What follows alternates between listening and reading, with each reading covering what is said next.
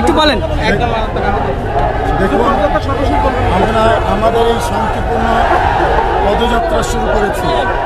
সেই পদযাত্রা আপনারা দেখেছেন, আমাদের নেতাকর্মীরা শান্তিপূর্ণভাবে এই পদযাত্রা অংশগ্রহণ করেছে। কিন্তু আমরা অত্যন্ত দুঃখের সাথে জানাচ্ছি, এই শান্তিপূর্ণ পদযাত্রায় বিনা উস্কানিতে পুলিশ লাঠিচার্জ করেছে। আমরা এর তীব্র নিন্দা জানাচ্ছি। তারপরেও আমরা যেহেতু শান্তিপ্রিয়, আমরা শান্তি চাই। স্বরাষ্ট্র উপদেষ্টার পক্ষ থেকে প্রতিনিধি পাঠানো হয়েছে। আমরা সেই প্রতিনিধির সাথে কথা বলবো এবং স্বরাষ্ট্র উপদেষ্টা আমাদের সাথে কথা বলবেন, সে বিষয়ে আমরা সংবাদ পেয়েছি।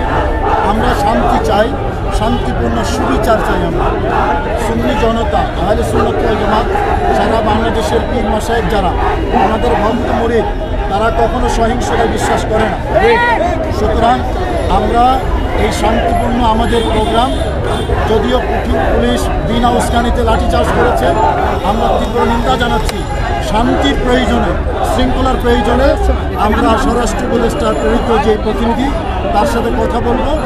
এরপর আমরা যদি সন্তুষ্ট হই, তাহলে আমরা স্বরাষ্ট্র উপদেষ্টা যদি কথা বলতে চান আমাদের সাথে, আমরা কথা বলবো।